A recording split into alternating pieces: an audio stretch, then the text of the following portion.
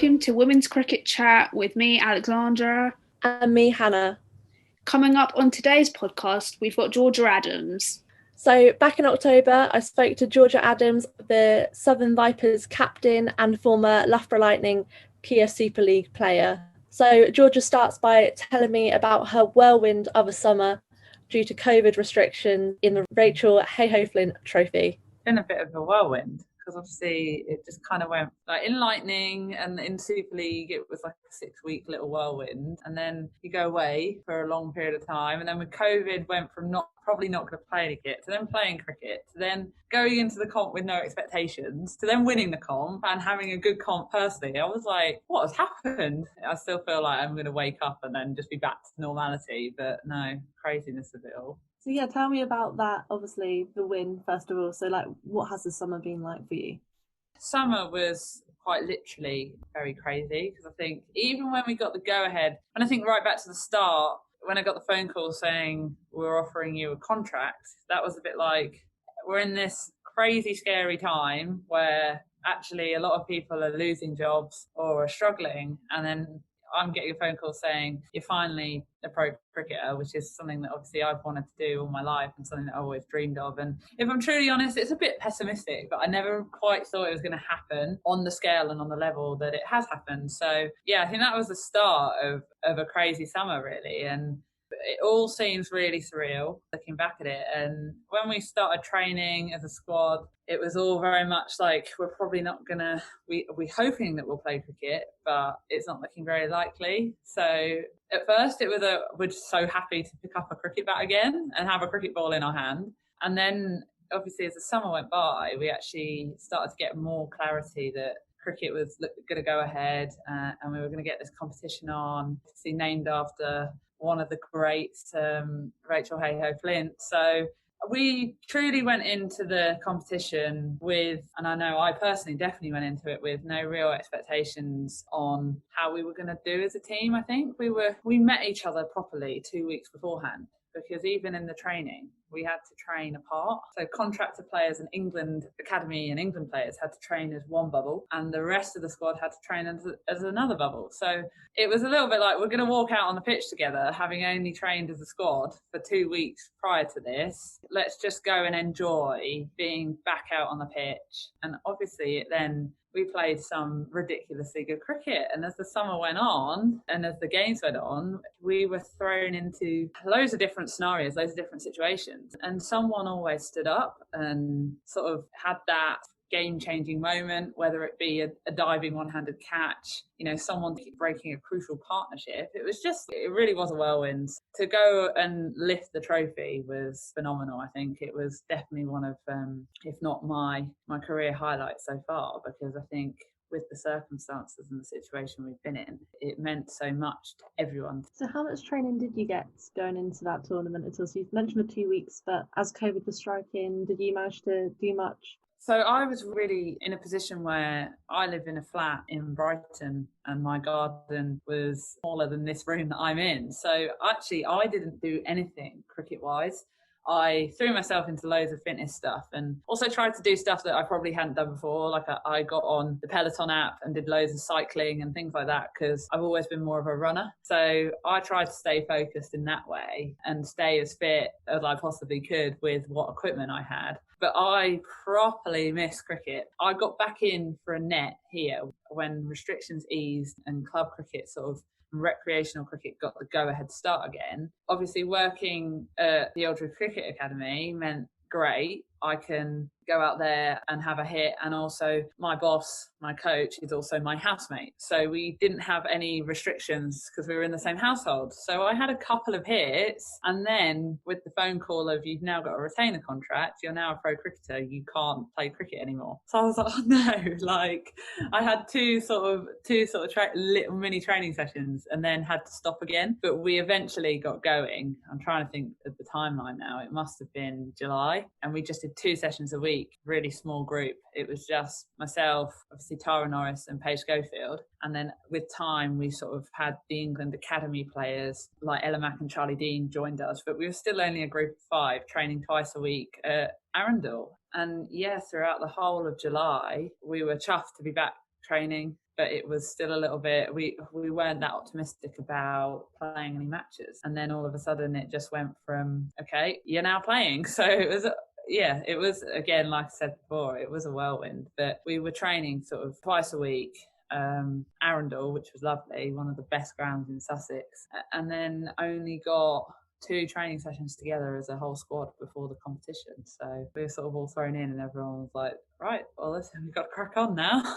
And how was it meeting kind of some of the newer players that you might not have played with before, and how did you integrate them into the team when you hadn't trained with them? It does feel like a bit of a blur, because I think the only good thing is there were 6 of us from Sussex, so we already were quite familiar with each other and knew each other quite well. And then the majority of, well, I guess the players that made up the rest of the squad, the majority of them were Hampshire-based players, so they were quite familiar with us. So it was more about sort of integrating Team Sussex with Team Hampshire. And we'd been playing warm-up games against each other from a county recreational point of view.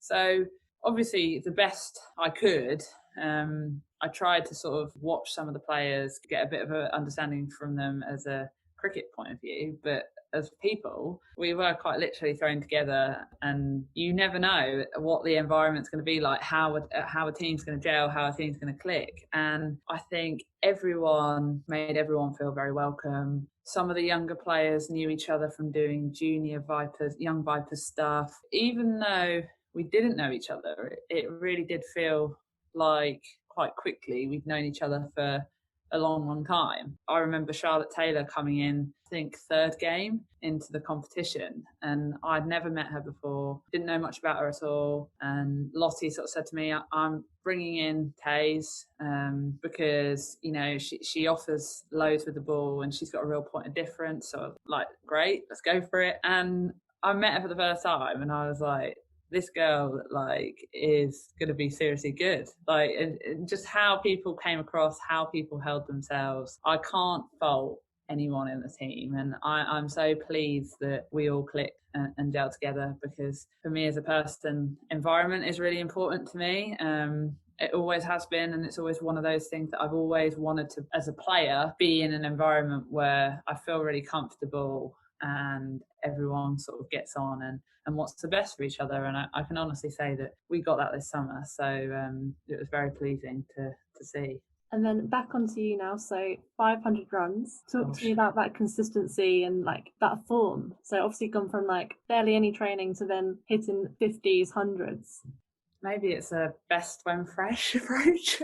I think for me personally, I think playing on brilliant wickets regularly made such a huge difference. The tracks were so true that you knew that you could be, as a batter, you could be really confident in your method and back yourself to play your shots. There was never days where I was thinking, oh gosh, the ball's seaming around a bit here, I need to stop wafting at stuff outside off stump. It just felt like, maybe we got the best of the conditions as well as brilliant wickets. And I think I was really pleased, because for me as a player, I've never had consistency. I've never felt like I've looked back at one of my seasons and gone, actually, I've had a pretty decent season. There's always been loads of ups, but loads of downs and periods where, and maybe that was the sort of changing factor, is that because it was so short and sweet, when you get sort of runs under your belt, it obviously gives you a massive confidence boost. So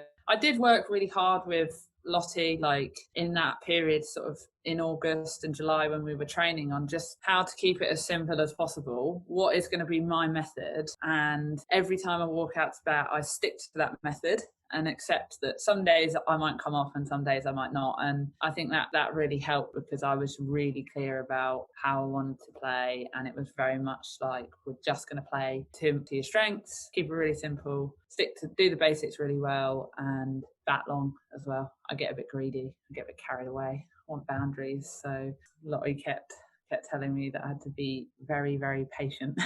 And you were bowling again. It's been a while for that, hasn't it? I thought there was a typo. So when we got the programme, we've been told that we've got the go-ahead to train again. And I'm like, this is brilliant. Lottie's like, right, I'm sending you the programme through. I'm like, okay. I look at the programme and it's obviously it's got fielding, batting, bowling and then initials in the time slots. I'm like, that's my initials in bowling. And I was like, that's not actually happening, is it? And Lottie was like, yeah, why not? You may as well. Like, we've got this period of time where you can get a bit of technical input and actually work on it and see what happens. If you're really not confident, then we'll leave it. But actually, if you do all right, we'll probably need you at some point in the summer. So it kind of went from there, really. And actually, despite having a very probably round arm and unusual and unorthodox action, obviously I had the upper hand because at the start of the competition, people would not have been expecting me to bowl. So might not have prepared to face me, I think. So I battled the whole way through the comp as a captain. When do I bowl myself? Because it's something that I've never had to really think about. Like, there's been an occasion where I've bowled for Sussex, but it's been kind of by default. Like, the pitch is absolutely ragging. We just need to go slow.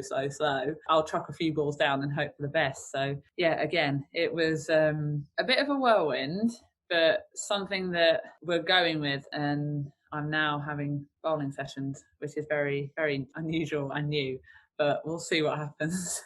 Well, just to let you know, when I did a quick Google search as well, just to find your latest stats and stuff, your Google profile comes up and it says Loughborough Lightning (bowler). Oh, there we go. I'm not a batter anymore. I'm a bowling all-rounder. I'm going to, on my profile and stuff, when I log what I am, I'm going to be like bowling all-rounder. Yeah.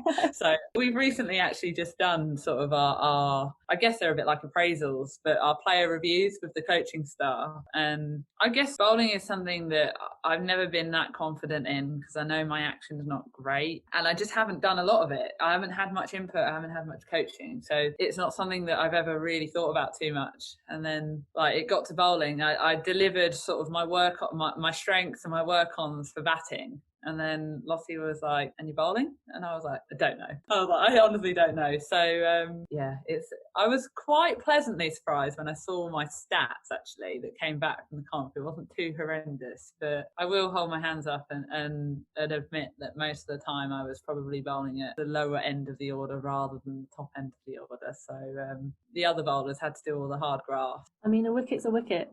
A wicket is a wicket. You know, I just have excellent catches on the boundary.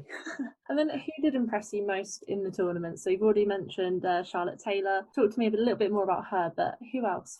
Oh my gosh, like my list could go on. How much time have we got? I think Taylor's impressed me more so with her attitude and her maturity to her game. For someone who's probably never been on an elite pathway or structure before, I remember the very first conversation I had with her on the pitch and said, right, what field are we going for here? Are you having a short fine in? Because obviously off spinner, traditional. And she went, no, I'm bowling with a new ball. I'm going to block off. I'm going to have 2 points. I'm going to dart it in there. I'm going to keep hitting fourth stump, try and angle the odd one into off stump, but generally I take it away. And then she said, later on when I come on, I'm just going to go a bit wider and I'm going to dart it into the stumps. I was like, you carry on.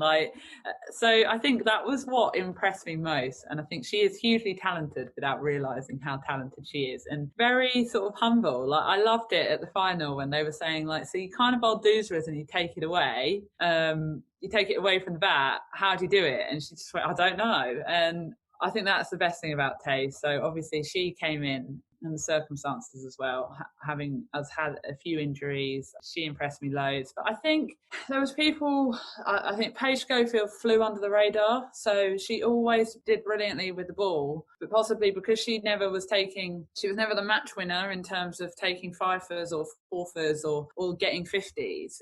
She flew under the radar, but she played a massive role for us in the field and with the ball, and is capable of doing big things with the bat. So I think she's quite an exciting player. Charlie Dean, I love Dino. She was brilliant, and actually when I first watched her bowl, got really excited because it's not often you see off spinners in the women's game who can generate the amount of turn that she can. So she's obviously still a young player coming up. I think she's going to be a really exciting player to watch, and she scored quite a few runs for us as well with the bat. Ella Mack, very young, and we had 200 partnerships, I think, the top of the order. So I think, again, she's another player who's going to be one to watch. Very, really, really exciting. But I do think I could keep going on about the team, because I think there was moments where somebody stepped up, like Maya Bouchier in the field, oh my God, she took catches that I've never seen anyone take. And it makes such a big difference. Emily Windsor having such a level head with the bat coming in down the order and scoring the run she did in the final, it got us over 200, which when you look at how the final played, it was a massive innings. Even though she's not come off with a 50 on, if you looked at the scorecard, you don't realise how big that innings really was. So, and Tara Norris with the ball as well, she took loads of wickets throughout the comp. So I genuinely think loads of names in the team were exciting, and our average age is 22. So I am the granny of the team, which is worrying. But I think we've got an exciting few years ahead of us, because we can really build on this platform and work with these players long term. So if they're already this good, how good are they going to be in 4 years' time?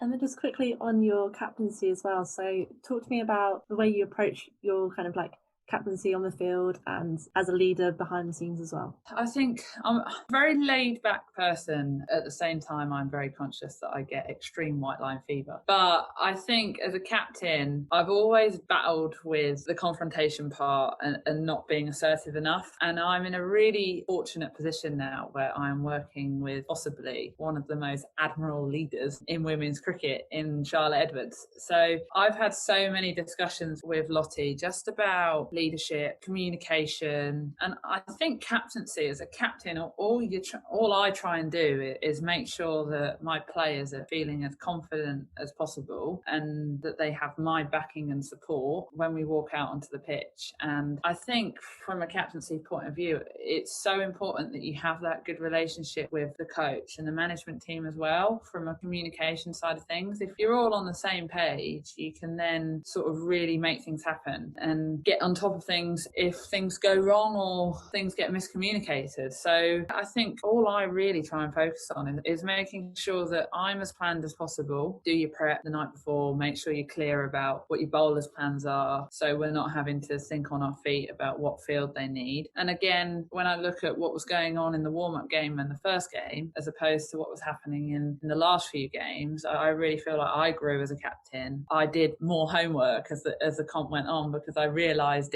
how important it was, and also how much easier it made things for me to then just go and be a player as well by prepping more. I think when you're winning, obviously environment, captaincy, leadership is very easy, so possibly haven't been challenged yet. But I really feel like in such a short space of time, I grew as a leader because I had so much reassurance from Lottie and so much clarity on plans and ideas from Lottie. And by working more so with the bowlers and having that time to prep, it made such a huge difference and made my life a hell of a lot easier. As a captain, I think what you want to be doing is thinking about the plan B. So you want your bowlers as confident as possible to be able to deliver the plan A, and then realistically it's over to me to come up with a plan B if needs be. But again, I had support. Lottie sees things that I think no one else sees, and picks up on and reads the game better than anybody I've ever known, which just helped me massively. It just certain things, like if so-and-so comes into bat, get a seamer on, or try coming around the wicket and darting it in there and set this field. And she was so detailed with individual players and plans for individual players and how to shut off people's scoring options and what to do in certain situations. I was like, wow, this is where I want to get to. And hopefully with time, if I can be half the leader that she was, I'll be happy. Just drawing now onto your Sussex career, over 100 caps, youngest player to ever do so. What was it like getting the 100th cap there? And just tell me about your journey. Classic me. I turned up and I remember warming up with Sussex that day and looking over going, why are my mum and dad here? The game doesn't start till 11 and normally they're late. So normally they'd arrive at 11:30, just as I've got out and gone, thanks for coming. Like you didn't get to see me bat.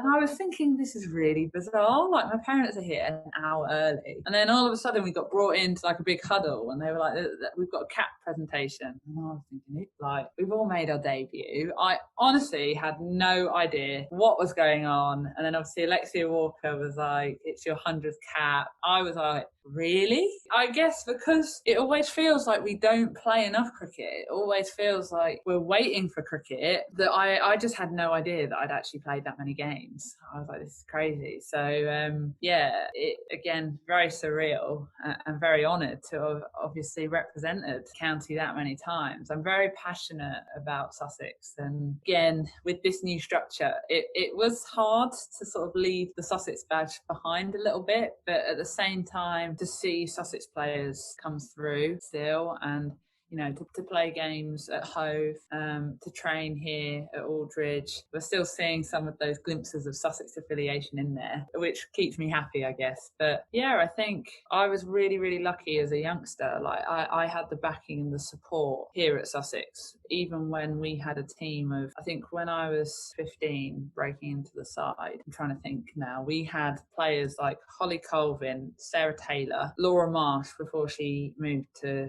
Kent, Caroline Atkins, Rosalie Birch, Georgia Elwes, probably missing someone really obvious, which would be really embarrassing, all playing in the team at the time. And you looked around and was like, this is very daunting, like half the England team are playing for Sussex right now. But they gave me opportunities. Even with the likes of that team, I was still given an opportunity to open the batting. Small things. They still trusted a 15, 16-year-old to stand in slip. So I feel very privileged and very lucky to have had such a supporting county throughout my career. And I was really lucky to have opportunities, to open the batting with Caroline Atkins for many years, to bat with Sarah Taylor for many years, and then to captain the likes of Georgia Elwes, Danny Wyatt, Sarah Taylor.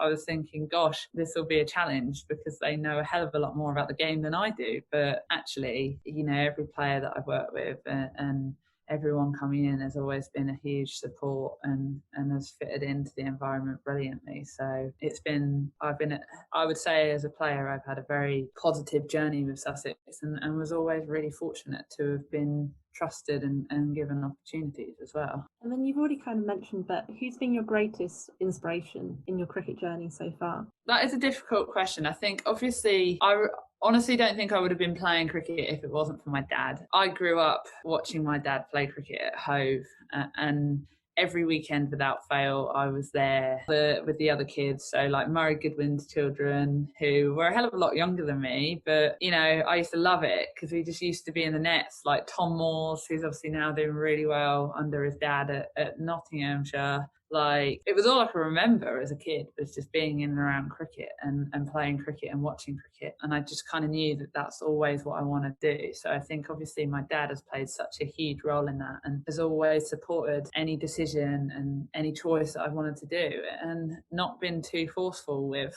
anything either. He's very laid back, very chilled out, and just kind of let me get on with it and do what I wanted to do, which I think, looking back now, I get asked all the time, like, you must have had loads of sessions with him. And really, I didn't. And actually, when I did used to ask him, he used to palm me off to one of the other players because he just didn't like doing it, because I guess he probably didn't want to get into an argument or something if he said the wrong thing. But yeah, so I think obviously him foremost. But I think Claire Connor was massive for me because growing up in the way that I did, I didn't know anything about women's cricket. I to be honest, I didn't really know it was a thing. I grew up just always playing with the boys and in and around the boys. I actually had no idea that they had a women's only team. So Claire Connor was kind of my first glimpse into, oh my gosh, like a women's cricketer can go all the way and you can play England for cricket. Like you can play cricket for England. And she was quite influential sort of. So I think she's always been someone that I've always admired and looked up to. And I think still when I hear her speak or read articles that she's done about the women's game, she speaks so brilliantly. She's a huge inspiration to show that actually you can have a full career in women's sport and women's cricket and have such a huge impact on the women's game, even by not playing, because she obviously had a huge impact as a player, but I think she's probably had even more of an impact with what she's done since playing. So yeah, a massive inspiration. Obviously you just can't fault the likes of Charlotte Edwards with what she achieved with that England team. You know that you've got to be a special person to have the success that she did and to get the best out of people. So yeah, that's probably my main three really. Just quickly as well, what was your dad's reaction when you told him that you got the pro contract? Yeah, he was chuffed to bits. He was actually the first person I phoned. I did try and phone my mum first, but she didn't answer. Yeah, I spoke to my dad, and he was I think he's just really pleased that that hard work paid off, because I've never been able to walk away from cricket. Obviously, when I left the England Academy pathway, I was a little bit at this crossroads. Where do I go now? County cricket wasn't professional. And then we only had the Kia Super League, which was for 6 weeks of the year, which was an incredible 6 weeks of the year, but you just wish it could have been for the whole year. So I think, yeah, everyone was just so pleased for me. Like the support I got, obviously, from my partner, from my family, to actually see hard work has finally sort of paid off, and the dream of becoming a professional cricketer has actually come true. I've said it before in interviews, like I can now look back and go, well, actually, I didn't play for England, but I was a professional cricketer, and I had X amount of years captaining the Vipers. What a brilliant achievement! So it feels very surreal to be able to say it still. You just said you obviously you didn't play for England kind of thing. Do you think there's still a chance though? I would love to. I think everyone, obviously, in whatever sport they choose, wants to get to the top, and I would love to be able to represent my country. But I know how talented they are, and I know how good they are. Obviously, I know quite a lot of the players really well, so it'll be interesting to see sort of what happens. Obviously, Lisa came in charge.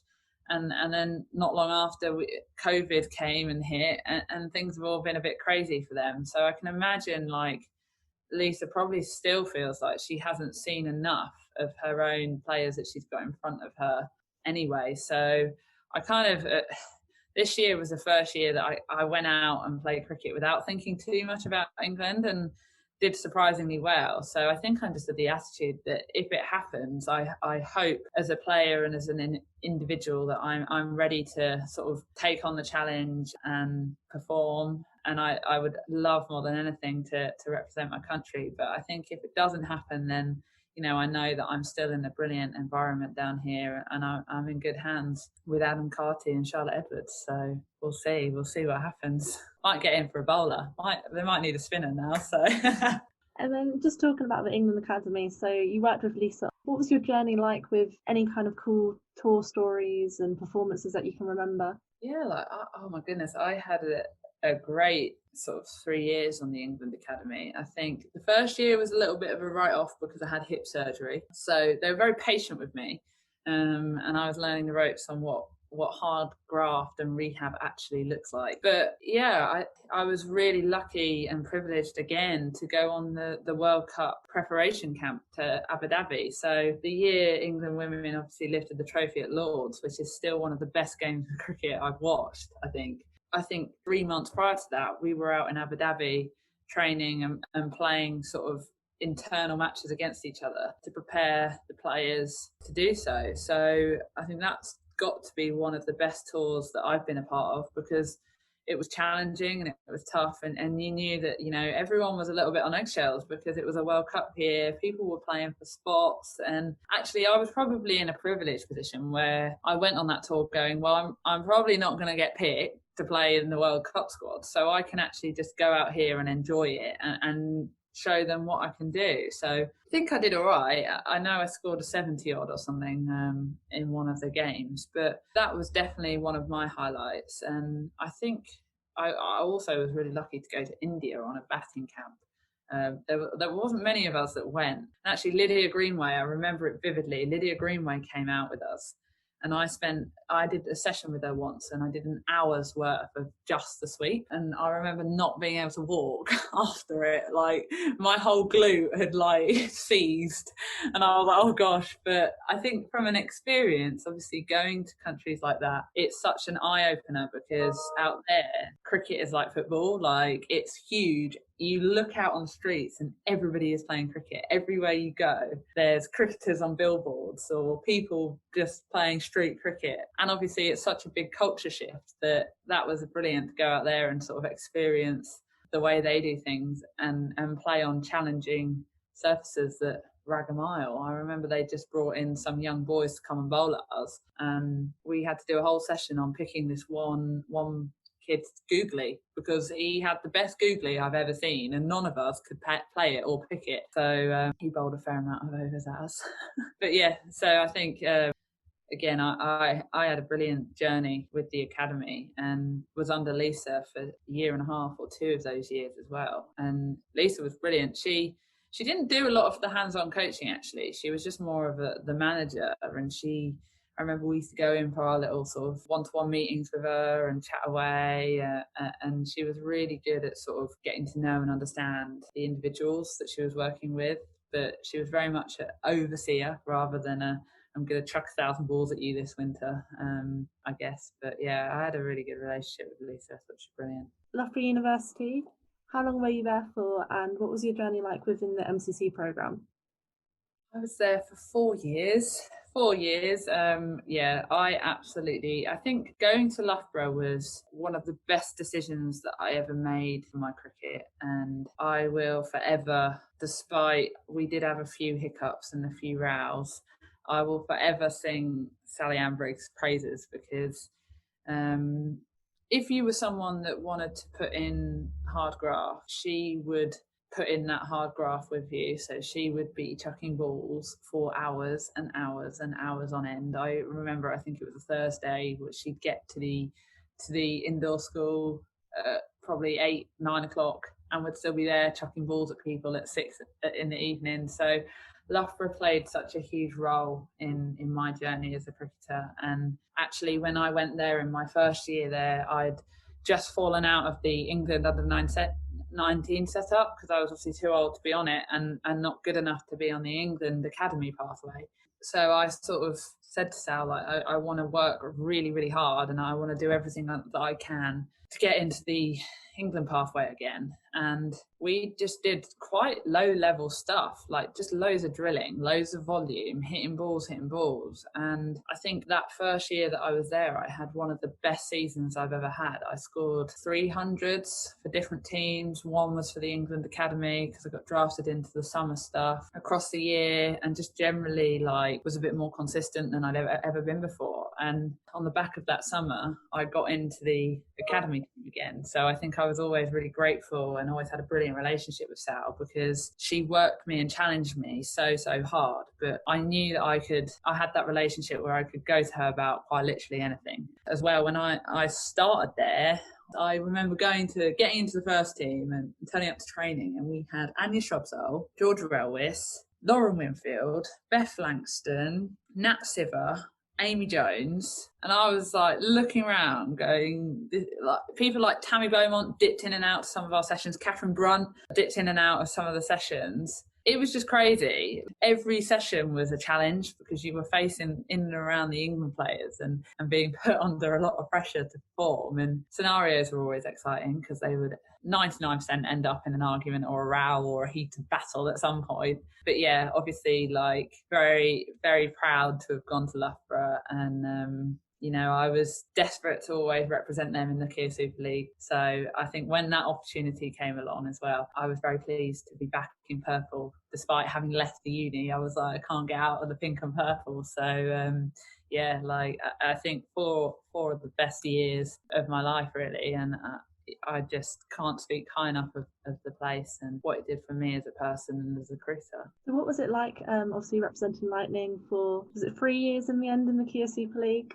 2 years I did with Lightning. So I did 2 with the Vipers and 2 with Lightning. So I think, I went through this sort of emotional roller coaster, because I remember sort of having conversations with Sal saying I fell out of the England programme, which meant that England couldn't, when we were part of the England programme, they obviously put us in teams. So they told us where we needed to go. And I actually had an amazing time with the Vipers and loved being part of the Vipers. And they had that Sussex affiliation too. And I fell out of the England team and was desperate to get an opportunity to kind of prove them wrong, I think. And I think having the relationship I had with Sal, I knew in my heart of hearts that if I was going to perform to my utmost, it would be, I was very much an environment person, and I knew that Sal would get the best out of me. So I signed for Loughborough, and then 2 weeks later, Sal texted me saying, I'm moving to Australia.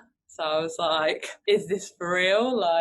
But at the same time, she obviously left Lightning in excellent hands with Rob, and my best friend was captain in Georgia Relwis, so it was definitely the right move, I think, for me at the time. I absolutely loved the environment. I love representing Lightning, and we had such a good 2 years when I was there, because I think the first year was when we sort of had Rachael Heyhoe and Soph Devine and Elise Villani, who were on fire. Like, I think I didn't bat in like 3 or 4 of the games because you just watched them score so many runs. But unfortunately, we obviously got to the final and didn't perform. So it was very professional. I think that's the best thing about Loughborough is they've got the best facilities, a really professional programme, so many staff members. Oh my gosh, I think we had more staff than players at some points. But it was brilliant because you had so much support in every avenue. So I really, really enjoyed my 2 years with the Lightning.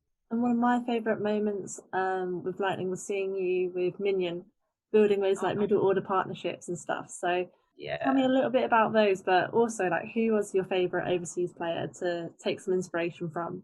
That is a very hard question. Okay. Yeah, I think obviously I knew Mignon from playing with her at the Vipers, and I can honestly say she is the nicest person you'll ever meet. And she's so calm. Every time I batted with her, we found ourselves in some very tricky situations, and I'd just walk out and she'd just be like, it is what it is. Like, we just got to play to our strengths and we'll see what happens. And I'm like, what a great, she just has a brilliant outlook on everything. I do not think there is one negative or bad word you can say about Mcc, because she is, she's brilliant. And again, I learned so much from being in and around people like that. And again, so humble. I remember I was feeling like I needed to hit a few more balls. I wasn't feeling great. I wasn't feeling like I was hitting the ball well. And Mcc just took me off. We went inside, set up a bowling machine. And she said, let's just do some power hitting. And she fed balls at me. We were going for an hour and a half. And I just think she's one of the most down-to-earth people I've ever played with. But I must admit, I think Villani is one of the funniest overseas I've ever encountered. She cracked me up. And when she played half the season in that dodgy pink bucket hat thing, all because of her hair, just brilliant. I definitely think she was up there with funniest overseas I've played with. But they have such a huge impact on the game. I know there's been a little bit of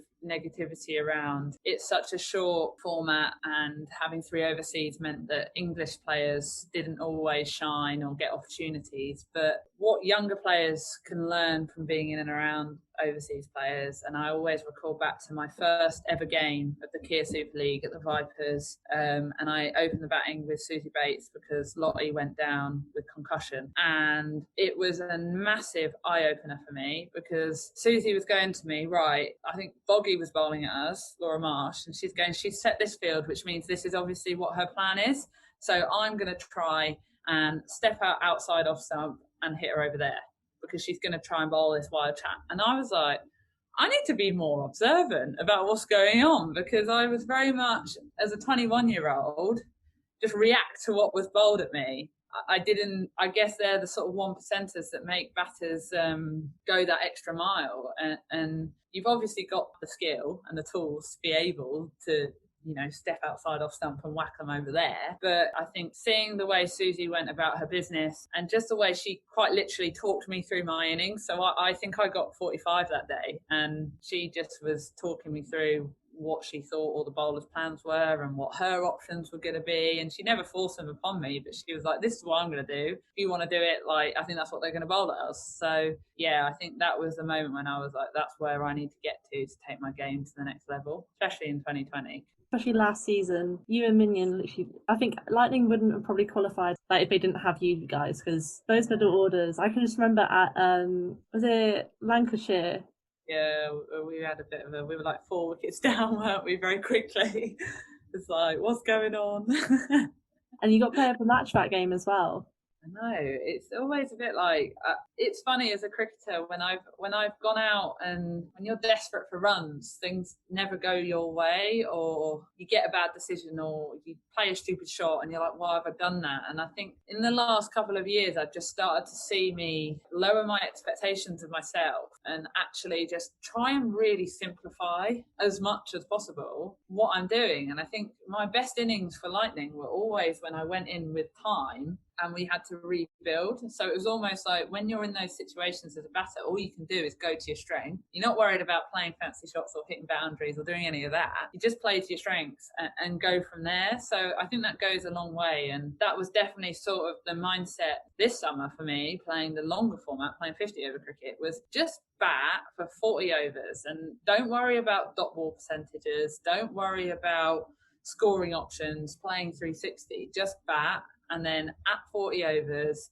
assess the game, see where we're at, and go from there. So it's quite a simple approach, really. And I think every player, every cricketer is guilty of overthinking everything. And actually, sometimes when you go in those scenarios, I actually found it easier to go in having to save the game because it meant I could consolidate myself a bit more and just be content with hitting ones, twos, trying to find the gaps rather than going, I've got to scoop, I've got to reverse, I've got to paddle this over there, I've got to whack it over for six, like where you start thinking too much about what your options are. And I did have Minx to sort of calm me down as well.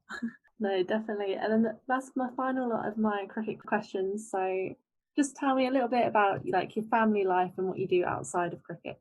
Yeah, so obviously, I'm currently engaged, so it's a lot of wedding planning going on at the moment, which is quite scary. How is it going? Yeah, it's going all right. I think I'm frustrating Amy a rather large amount because I am very laid back. So she'll sort of ask me, what do you think about this? And I'm like, yeah, I don't mind. So she keeps saying, you do realise you have to have some input on this wedding. And I'm like, yeah.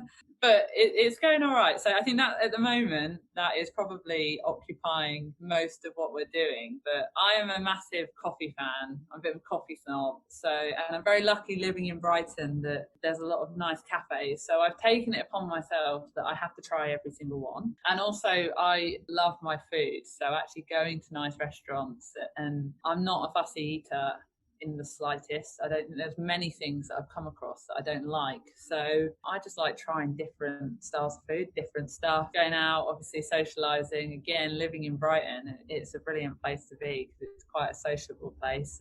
Not when you have COVID rules and you're limited to a group of 6, but yeah, that's generally me really. And obviously got my bulldog who is like my best friend. I try and walk him, but it's always a bit difficult because he's probably the only dog on the planet where if you show him the lead, he actually just runs away because he's like, don't make me go on a walk. So actually walking him sometimes becomes more effort than not. So there were times in lockdown where I was just going for a walk by myself, like because he out and out refused. Obviously as well, like I work in cricket, so it's still in cricket, but I also work full time still at Aldridge Cricket Academy in a coaching capacity because I sort of found in the last 2 years I threw myself into loads of coaching, which I absolutely love. And then this contract came along and I was a bit like, okay, so the dream come true has happened, but I don't want to like walk away from coaching and I still want to have an impact and work with players. So I think I'm in a position currently where I can kind of have the best of both worlds. And I'm very fortunate that obviously here at the Aldridge Cricket Academy, they're supporting me through that as well and want what's best for me and want to have me on board in some capacity. So yeah, that's me really. I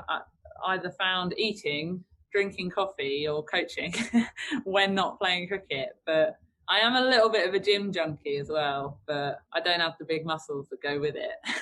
One day, maybe. No, that's perfect. And does your younger sister play as well, or have I made that up? You are correct. Actually, my youngest sister, Molly, scored her first 50 for Sussex, or her first ever 50, but her first 50 was for Sussex this summer. So amazing. I can't quite believe she's taller than me. She's like, oh my God, let me get this right. She's 13. She's taller than me. She started like running loads as well. So she's just going like this, getting really strong and fit and scoring loads of runs. So I'm like, oh my goodness, I need to up my game. Like, I think I'd had a couple of games for Sussex and didn't really make any scores. And then Molly came in and smashed a 50 and I was like, no pressure now. But yeah, she's doing really well and she's a keeper as well.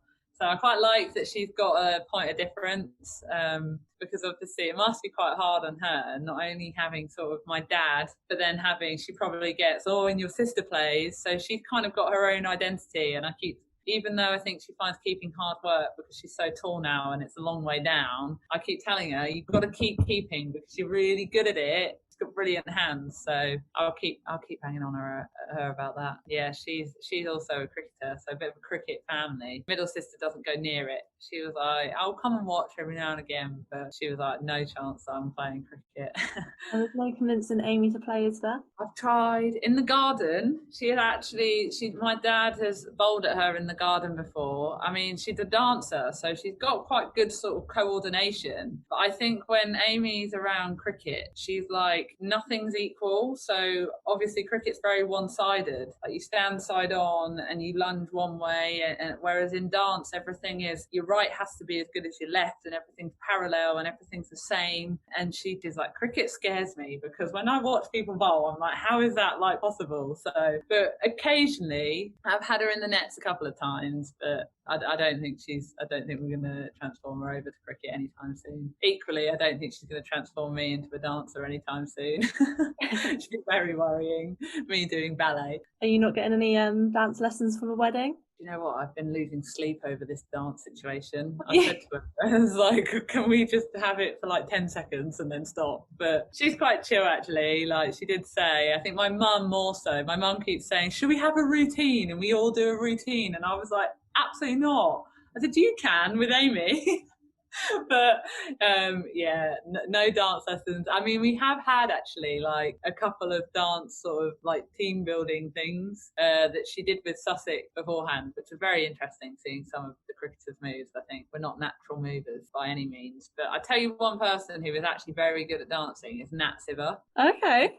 She can dance. I have witnessed it firsthand. She is a good dancer, but other than that, I don't think cricketers are cut out for dancing really. What kind of dancing are we talking about here? Just general, like we did a street dance thing before. I mean, when I've seen that dance, it's probably not in an appropriate environment in the student union at Loughborough, but Nat's actually, we had a few forfeits. I remember it like at Loughborough training, we had some forfeits where people had to do dances if they came last. I remember Beth Langston, Amy Jones and Nat having to do this forfeit, and Langers and sort of Jonesy were like bobbing up and down next to her, and Nat was actually like in rhythm, in time, sort of looked like she knew what she was doing, and I was like, she could definitely dance. So basically, we need to get a call out to Strictly to get Nat on there. Get Nat, so she'll probably hate me for this, but get Nat Siver on Strictly, I reckon it could happen.